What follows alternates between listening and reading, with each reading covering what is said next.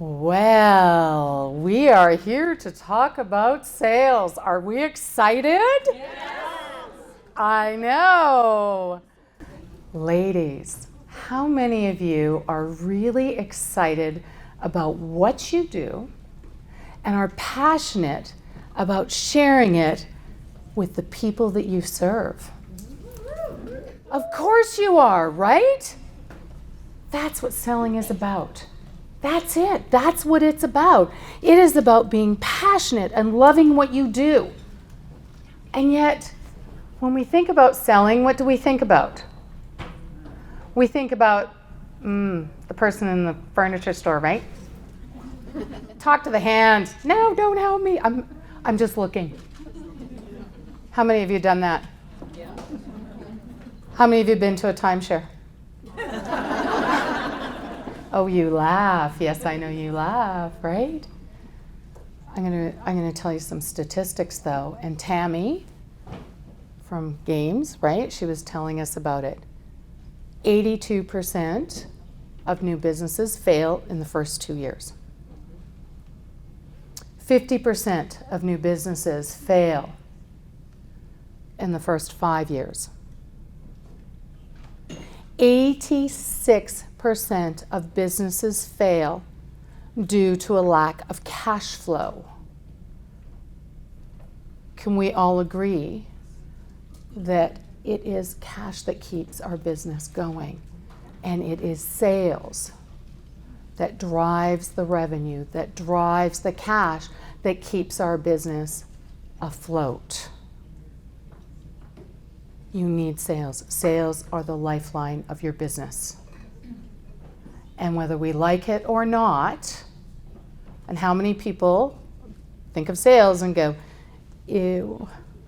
I love it. I love it. Yeah. We've got a few, but I know out there everyone's going, ew, ick, right? But here's the thing. A lot of us, there are a few myths out there. A few of us think that, oh, that person must have been born a salesperson. I've been really successful in selling, super successful. My career in construction, top performer at every single company I worked for 25 years. But it wasn't always like that. No, I'm going to tell you a story. And I call this story The Sharks and the Guppy. Okay, so this is how it starts. I start in sales, and I'm selling this thing called a time clock. Does anyone know what a time clock is? It's that, you know when you go to your job and you have that card, and you have to put the card into the clock so that they pay you? Or if you're late, your boss, goes, right? That thing? Well, it's not like they need those every year, but I'm excited because I'm a sales professional. I have a business card and it says so on it. I showed my mom and dad. I was so proud. I'm a sales professional and I have the right attitude. Oh, and I have personality and charm. Have you heard that? You need personality and charm to be a sales professional, to be good at selling. And I'm like, ooh, I can do this. So I go out there and I've got this time clock and I'm going to sell these time clocks, and I go out there and I start knocking on doors. And I know someone talked about no, no, no. Have we all had no's? Yes. And do we like those no, no, no's? No, no, no. Dejection and rejection, it's not fun, right? But I'm going to ask you something. And this is my little thing, and this is my gift to you. When you go into a shoe store, do you like every pair of shoes in the shoe store? No.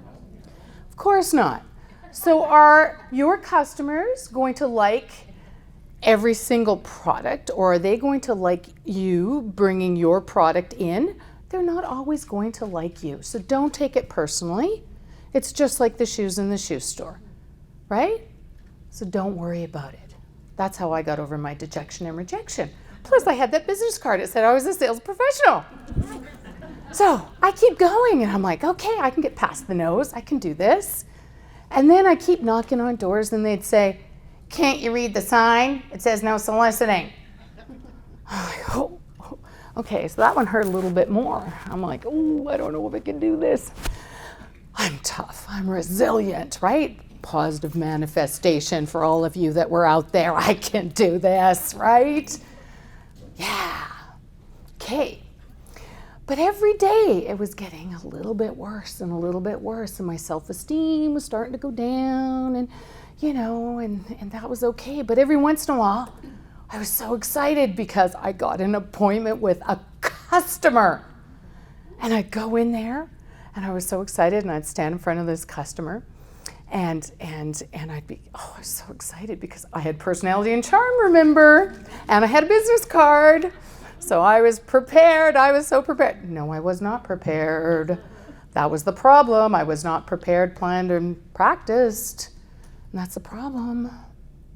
I didn't have any sales skill. So I go in, and what would I do? I would go on and on and on and on and on and on, and this is my product, and this is its time clock, and this is how it works, and it's made out of steel, and it's really, really great. And these are the cards, and the cards go in, and you can do this, and you can do that, and this is great. And then, your HR person can do this, and you could on and on and on, and you could see this customer. And at first they were kind of engaged, and then they started to wilt like a flower. And then, and then I realized that the customer kind of turns into a shark, and I'm the guppy. And he spits me out. And I'm like, oh, this isn't good, because he was not happy because I was doing what's called a product dump, where all you do is go on and on and on about what your product does.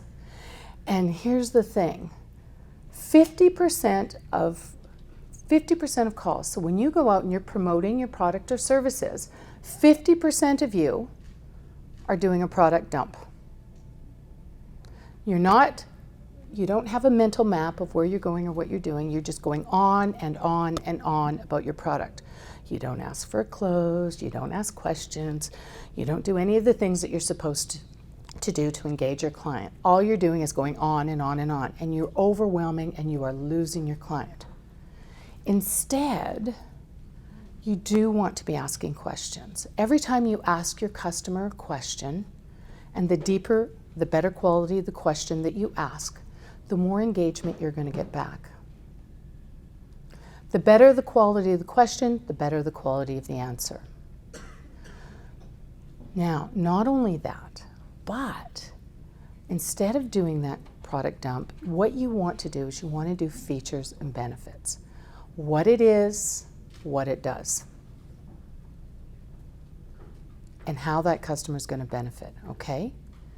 Now, the other thing that you want to do, instead of just, getting eaten up and spit out, you want to make sure that with your clients that you're doing other things like having sales processes.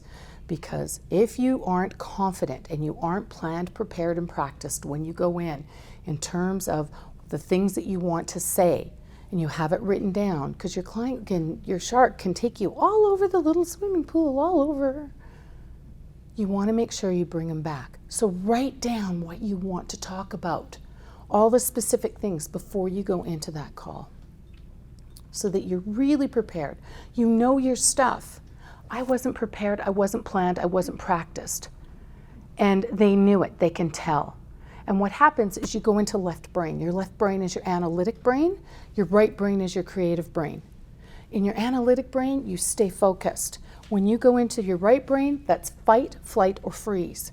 And when you go there, what happens is you start missing steps in the sales process. You take risks that you wouldn't normally do, i.e. you start giving away big discounts that you normally wouldn't do.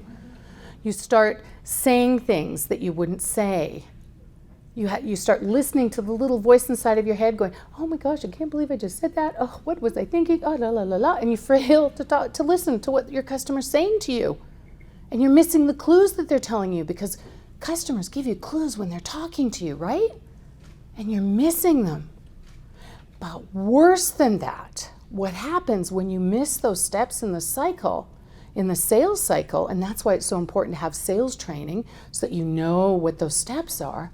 When you miss those steps, it triggers what's called the amygdala in the client's brain, and that's called the reptile brain.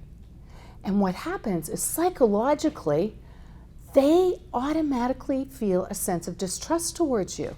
You haven't even presented, and they're thinking, don't like that person. No, don't like them. I'm not buying from them. And that's the problem. You haven't even gotten to your big presentation yet, and they've already psychologically, without even them knowing, they've already said, no, not interested. So it's very, very important to have sales skill, to know those processes, to have a mental map. I mean, seriously, would you drive a car with a blindfold on? No, of course not, right? Otherwise you'd drive all over the place. And that's what I did. I went in, and these sharks, they ate me up and spit me out like a little guppy. I didn't like being a guppy. It wasn't very fun. And if you don't have a mental map of where you're going and what you need to do, you're going to be belly up like me. And I'll tell you what happened in the end. You know, I'd go back to the office, and I'd be like, oh, well, that was a great day. Not. And I'd go into the office, and I'd straighten out the paperwork, and yeah, that was a great day. And then, the next day I'd come back, and I'd play with the paperwork a little bit more. But I'd go home. I'd say, oh, I'm going out to make my sales calls. But things had gotten so bad, my self-esteem, my confidence, everything had dropped so much that what I did was I'd go back and I'd sit on the couch all day and watch TV. I had gotten to such a low point that I'd compromised my integrity, my honor, my values. I was lying to myself, I was lying to my boss, I was lying to my company, I was lying to my parents, I was lying to everybody. How do you live with that? I don't ever want anyone to ever sink to the place that I sunk to. It's a horrible, horrible place to be. And that's why in 2016 I had a near-death scuba diving incident where I crossed over, came back. It's in the book. And that's why I became a sales trainer and a speaker, to help people, because I don't ever want anyone to be in that position. I'm here to help you sell better, to save your businesses, because I don't want to hear another Tammy story ever in my life. There are too many Tammy stories. And so this is what authentic selling is about. It's not about making money. When you go in and you are talking to a client, and I hear this one all the time, let's go for lunch. When you go for lunch, you get to know that person. Don't go with the idea of, oh, I'm going to sell them my whatever it is. That's not your purpose. Selling and authentic selling is about educating, informing, creating a vision, telling a story. It's about serving, not about making money. When you put making money first, your customer will truly turn into a shark, and you will definitely be the guppy. Thank you.